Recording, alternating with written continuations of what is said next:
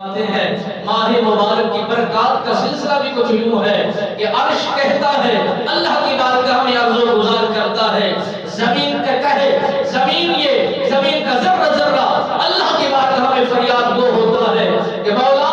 اگر تو ہمیں اجازت دے، اگر تو ہمیں فرصت دے، بولنے کی طاقت عنایت فرمائے تو ہم یہی کچھ مانگیں گے۔ عرش یہی کچھ عرض کرتا ہے کہ مولا